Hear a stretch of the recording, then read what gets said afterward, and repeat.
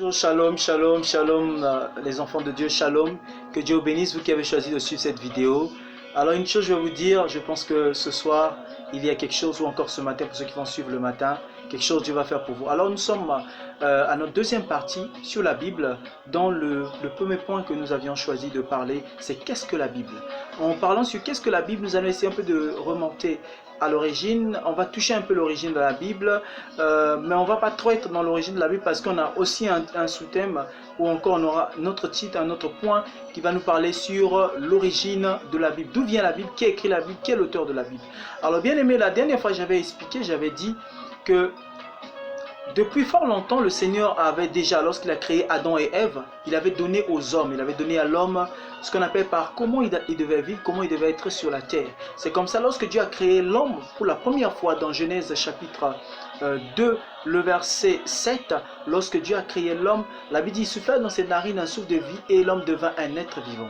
Ensuite, la Bible dit au verset 15 que Dieu planta un arbre, un jardin en Éden et il prit l'homme qu'il avait créé, il le plaça dans ce jardin. Et la Bible dit, Dieu lui dit que tu mangeras, tu peux manger de tous les arbres du jardin, mais quant à l'arbre qui est au milieu du jardin, tu n'en mangeras point et tu ne toucheras point. Le jour où tu en mangeras, tu mourras. Et le Seigneur, en disant cela, il donne à l'homme comme un premier commandement, il donne à l'homme comme une première marche, une première démarche. Tu vois comment tu es avec moi pour que les choses aillent bien, pour que l'on avance, pour qu'on aille loin, pour que l'on arrive à réaliser des grandes choses avec toi. Regarde comment tu vas vivre. C'est comme ça que Dieu a établi à l'homme la première Bible qui est une Bible orale. Le Seigneur va parler à l'homme, il va lui donner des directives, il va lui donner des responsabilités concernant le jardin et encore en fait toute la terre et toute la création. Dieu lui donne la responsabilité, Dieu donne cette responsabilité à l'homme. Ensuite, Dieu lui donne ses limites. Parce que vous devez savoir que la Bible, elle est là pour nous permettre de connaître nos limites en ce qui concerne les choses que nous, on doit faire et ce qu'on ne doit pas faire. Par rapport à Dieu et par rapport à nous. Afin que l'on vive une vie heureuse, une vie paisible sur la terre que Dieu nous a placée. Parce que bien aimé, vous devez savoir que sur la terre, nous sommes des pèlerins, nous sommes des passagers. Nous sommes là par le bon vouloir de notre Seigneur qui est le Dieu puissant. Parce que si cela ne dépendait que de nous, bien aimés, chacun aurait choisi... D'autres ont choisi de mourir déjà. D'autres vont dire, bon moi je vais encore vivre. Mais rares ce sont ceux qui diront, bon moi je vais vivre. La majorité veulent mourir. Pourquoi ils veulent mourir? Parce que bien aimé, la vie est tellement remplie de choses que parfois on se fatigue des mêmes choses. On est fatigué de toujours tourner autour des mêmes choses. On est fatigué de toujours regarder les mêmes choses, de toujours faire les mêmes choses, de toujours, on sort le même jour, on revient dans... C'est maintenant une vie, en fait c'est une routine. Nous sommes fatigués de cette routine de tous les jours vivre les mêmes choses. Alors on a besoin de vivre autre chose. Et bien aimé, le Seigneur, dans son amour, il savait déjà que l'homme allait découvrir des choses. Il savait déjà que l'homme allait aller au-delà de certaines choses. Il savait qu'en mettant à l'homme l'intelligence, en donnant à l'homme la capacité de réfléchir, quelle l'intelligence, le savoir, l'esprit, Dieu savait que l'homme allait aller au-delà. Alors qu'est-ce qu'il va faire? Il va donner les limites. Pour ne pas que ce dernier aille loin, aille au-delà. La Bible dit, j'ai placé deux chemins devant toi, le bien et le mal, mais moi j'ai dit, je préfère et je te dis de choisir le bien. Malheureusement, l'homme ne choisit pas le bien, il préfère choisir le mal. Parce qu'il veut en fait ne pas dépendre. C'est ça le problème de l'homme. Il se sent tellement enfant, il se sent tellement inférieur qu'il veut montrer qu'il est supérieur, il est égal et qu'il peut faire les choses que Dieu fait. Parfois même au-delà de ce que Dieu fait. Parce qu'aujourd'hui, avec la science, on a vu comment les médecins pensent que eux, ce sont eux qui sauvent la vie. Ils oublient que le sauveur, il n'y en a qu'un seul. C'est le Seigneur Jésus-Christ. Pourquoi ils pensent qu'ils sauvent les vies? Parce qu'ils sont la médecine, ils sont là, ils s'occupent de problèmes de santé, ils sont là dans les salles de réanimation, ils sont là dans les blocs opératoires, dans les blocs opératoires pour les opérations. Et ils se disent que non, ce sont eux qui sauvent la vie. Il veut se comparer à Dieu avec la science et la technologie. Et l'homme aussi avec son savoir. Il pense que parce qu'il a pu fabriquer le téléphone portable, parce qu'il a pu fabriquer la télévision, parce qu'aujourd'hui on a l'électricité, il se dit que non, lui aussi il est Dieu, il est créateur, il crée comme Dieu et tout ça. Non, l'homme ne peut pas créer, l'homme invente, l'homme fabrique. Parce que créer c'est fabriquer à base de choses qui n'existent pas. Hein, c'est formé avec des choses qui n'existent pas. Or, fabriquer, c'est produire quelque chose à base des éléments qui existent. Hein. Tu vois, nous avons du fer, de la manganèse, nous avons plein de matières premières, plein de matières que l'homme utilise, que Dieu a déjà créé afin de pouvoir fabriquer. Donc l'homme n'est pas un créateur, il est un fabricant. Alors bien aimé, c'est comme ça que nos ancêtres, ignorant d'abord, parce que nos ancêtres ne connaissaient pas la Bible, mais ils avaient des lois. Ces lois-là, en fait, c'était quoi? Ces lois, c'était une Bible naturelle, une Bible orale. Cette Bible orale, en fait, c'était seulement cette Bible.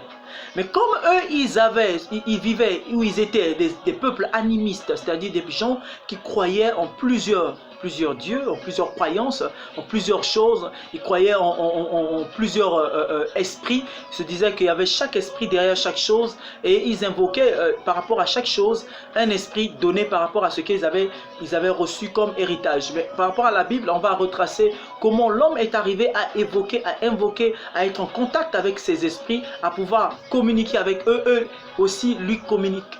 Sans savoir, il communique à l'homme le savoir, il communique à l'homme les capacités, les choses qui manquaient à l'homme. Comment cela est arrivé? Alors bien aimé, au travers de la Bible, bien aimé, nous allons découvrir comment le monde est venu. Qui a créé le monde? Pourquoi il a créé le monde? Quelle était la vraie raison? Au travers de la Bible, on arrive à découvrir qu'il existe un Dieu qui est l'auteur de la création, l'auteur de toutes choses. Et que rien ne peut arriver sans que lui, il en sache, qu'il permette, ou encore que lui, il soit informé. Parce que quelqu'un m'avait posé la question, il dit non, ça je ne pense pas que Dieu savait ça. Dieu sait tout, il est omniscient. Omniscient, il n'y a pas une chose que Dieu ne sait pas. Dieu sait tout avant que cela n'arrive. Alors comment nous sommes parvenus à avoir la Bible? C'est au travers de ce peuple juif appelé les Israélites. C'est au travers d'eux, mais pas vraiment au travers d'eux, parce que bien aimé, vous devez savoir que pour qu'on arrive à avoir ce livre contenu en Bible, il y a eu tellement de choses, tellement d'événements. Comme notre point nous parle de qu'est-ce que la Bible, nous allons nous en tenir sur cette question. Qu'est-ce que la Bible? Nous allons essayer de répondre à cela, là où nous nous sommes arrêtés, sur qu'est-ce que la Bible. Où est-ce que nous nous sommes arrêtés? Prenons nos notes. La Bible, qu'est-ce que la Bible? Le Seigneur de gloire, le Seigneur de bonté, il fait toujours les choses de sorte que nous ne soyons pas ignorants de ce que lui, le Seigneur, il a fait, il fait et il continue de faire. Qu'est-ce que la Bible? La dernière fois, j'avais dit ceci, que les Juifs et les premiers chrétiens, en parlant de leurs livres sacrés, les appelaient l'Écriture, les Écritures, les Saintes Écritures, les Saintes Lettres. Et les Juifs, pour appeler l'Ancien Testament, ils appelaient la loi. En hébreu, ils appellent la Torah, qui est constitué des livres de la loi, des livres de Moïse. Ils ont la Tanakh, qui est un mélange des psaumes et des livres des prophètes, des livres de sagesse. C'est en hébreu. Cet ensemble constitué de l'Ancien Testament et du Nouveau Testament, rassemblés en un seul, c'est ça qu'on appelle par la Bible. Qu'est-ce que la Bible? La Bible, c'est un ensemble. Ça vient des mots d'origine grecque et d'origine latine qui signifie un ensemble compilé, un ensemble de livres, un rassemblement de livres. C'est comme ça que ce mot Bible a donné naissance au mot bibliothèque, bibliographie, bibliographe. Vous allez voir, bibliothèque, c'est l'endroit, le lieu où se trouve, on rassemble beaucoup de livres. C'est comme ça aussi la Bible a été appelée Bible, parce que Bible vient de ce mot grec biblos, qui signifie un ensemble de livres. Et dans la Bible, nous allons retrouver plein d'autres livres. Parce que chaque livre ou chaque partie dans la Bible que nous lisons, par exemple Genèse, Exode, Lévitique, Nombre, ce sont des livres. Et ces livres, une fois rassemblés, forment un seul livre que vous connaissez, que vous voyez ici, appelé la Bible. Alors, toujours dans le cadre de qu'est-ce que la Bible, nous allons continuer là où nous sommes arrêtés sur la Bible pour répondre à cette question toujours de la Bible sur qu'est-ce que la Bible. Alors bien aimé, la Bible est le livre le plus lu et le plus largement répandu dans le monde. Même l'incrédule éprouve le besoin de la sonder, car il trouve ridicule de demeurer dans l'ignorance totale du livre le plus ancien et le plus célèbre. Il n'y a pas un livre qui est plus célèbre que la Bible. Donc, quand on parle des livres célèbres, des livres sacrés,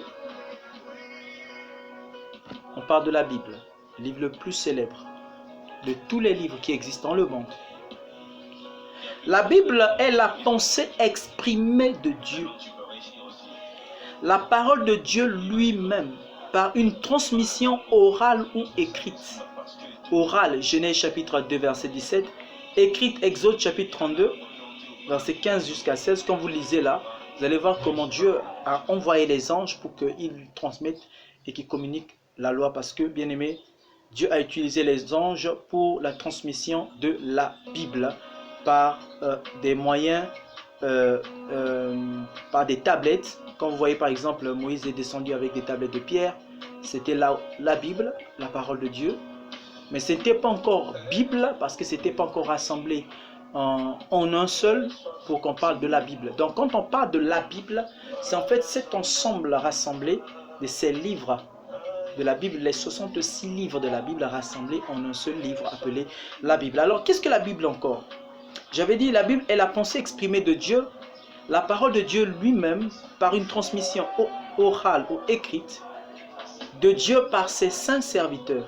D'abord les prophètes au temps de la loi et aussi les rois, puis par les apôtres de Jésus-Christ au temps de la grâce. La Bible vient du mot biblos en grec, ce qui veut dire un ensemble des livres, un regroupement des livres, le livre des livres ou le livre qui contient des livres. Et le premier point de la Bible, de la définition de la Bible ou de qu'est-ce que la Bible? La Bible forme un ensemble. Cette unité est prouvée par les faits suivants. Depuis le livre de la Genèse, la Bible présente, là maintenant ce sont les détails de qu'est-ce que la Bible et de quoi parle la Bible. De quoi s'agit-il dans la Bible? Donc vous devez retenir ceci, que du livre de la Genèse au livre de l'Apocalypse, ce rassemblement de tous ces livres, cela forme le livre appelé la Bible. La Bible est un livre, mais différent des autres livres, parce que la Bible est la pensée exprimée de Dieu. Donc vous pouvez prendre aussi ceci comme une définition, que la Bible est la pensée exprimée de Dieu, écrite dans des feuilles, dans des pages, dans un livre, pour les héritiers, ceux qui doivent hériter des choses de Dieu. Parce que vous devez savoir que les choses de Dieu sont réservées à ceux que Dieu a choisis. C'est pour cela, bien aimé, lire la Bible ne veut pas dire que tu es chrétien. Mais vivre la Bible, c'est la preuve que tu es chrétien. Parce que celui qui peut vivre la Bible, ce n'est que celui qui a épousé Jésus-Christ. Celui qui n'a pas épousé Jésus-Christ, il ne lit pas la Bible et la pratique. C'est comme ça, bien-aimé. Tu ne peux pas arriver dans un travail, tu ne peux pas arriver dans un milieu, tu ne peux pas aller dans un endroit et commencer à faire les choses comme toi tu veux. Chaque milieu a des principes. a des règles, a des lois, a des commandements. C'est comme ça que quand tu quittes le monde, tu viens à Jésus-Christ. Jésus-Christ a une marche. Tu ne peux plus faire les choses comme tu le faisais hier. Cette fois-ci, tu le fais d'après le Seigneur. Oh, le Seigneur, sa pensée.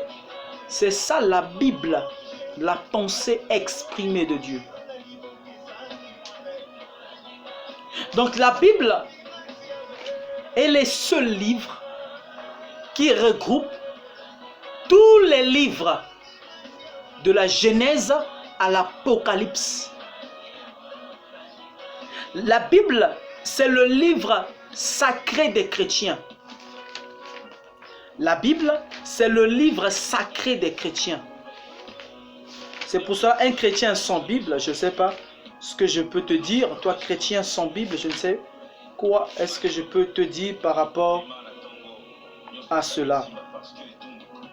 Un chrétien sans Bible, je ne sais pas comment je peux expliquer qu'un chrétien puisse manquer la Bible.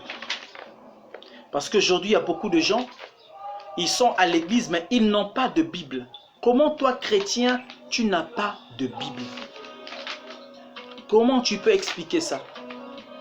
Et pourtant, tu ne manques pas de crédit dans ton portable. Et pourtant, tu as un portable qui coûte très cher, mais tu n'as pas de Bible. Comment?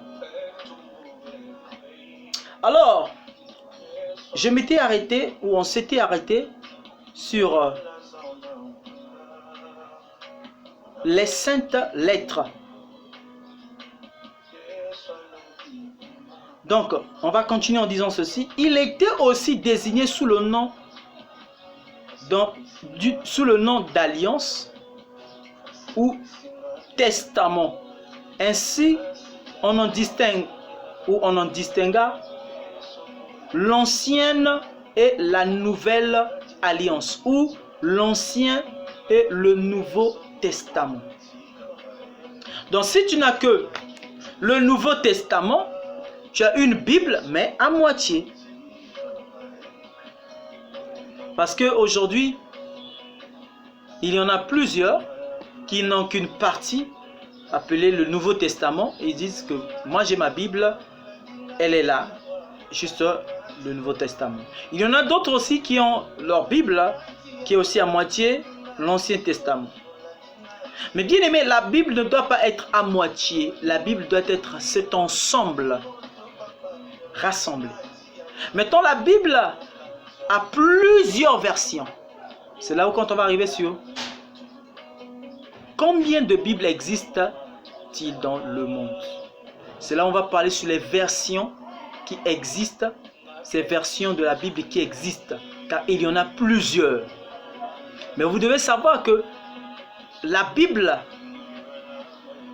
elle est ce rassemblement, ce regroupement qui plus tard, parce qu'au départ, ce n'était pas ainsi.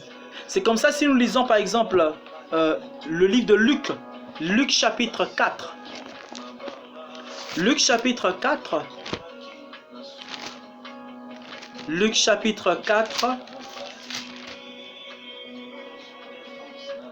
Le verset 16 à 17. Luc 4, 16 à 17. La Bible dit ceci. Il se rendit à Nazareth où il avait été élevé et, selon sa coutume, il entra dans la synagogue le jour du sabbat. Il se leva pour faire la lecture. On lui remit le livre du prophète Ésaïe. L'ayant déroulé, il trouva l'endroit où il était écrit. C'est comme ça que les Juifs faisaient. Ils avaient les livres de la Bible en manuscrit sous forme de rouleau. Ou tapuscrit sous forme de rouleau, mais c'était plus des manuscrits sous forme de rouleau que eux, ils donnaient et ils faisaient des lectures chaque sabbat. Chaque sabbat, il fallait qu'il se lève. Il prend, si aujourd'hui ça c'est Ésaïe, il prend le livre d'Ésaïe et il lit le livre d'Ésaïe. Donc retenez ceci, que la Bible, c'est un ensemble des livres de la Genèse à l'Apocalypse. Ce qui constitue les 66 livres de la Bible, d'après la version Louis II, la version Seymour, la version Scofield, mais pas la version Tob. La version Tob aussi, elle est constituée d'autres livres qui ont été qualifiés des livres apocryphes, pas dignes d'être lus, considérés dans la foi chrétienne. Donc, bien aimés, prochainement, nous verrons les compositions de la Bible. La Bible est subdivisée en combien de parties? Elle est composée de combien de parties? Nous verrons cela prochainement. Que Dieu vous bénisse. Alors, bien aimé, si une personne vous pose la question sur qu'est-ce que la Bible, dites-lui la Bible, c'est le livre qui rassemble les livres de la Bible, de la Genèse à l'Apocalypse. Ou encore, la Bible, c'est le livre sacré de Dieu pour les chrétiens et pour tous ceux qui acceptent et veulent embrasser la foi chrétienne. La Bible, c'est la pensée exprimée de Dieu, écrite dans des livres ou écrite dans des pages. La Bible, c'est encore le livre des livres. La Bible, c'est encore un livre constitué de l'Ancien et du Nouveau Testament. Alors bien aimés, je vous retrouve très bientôt avec notre prochain numéro. Pendant ce temps, portez-vous bien. Que Dieu vous bénisse. Je vous dis shalom.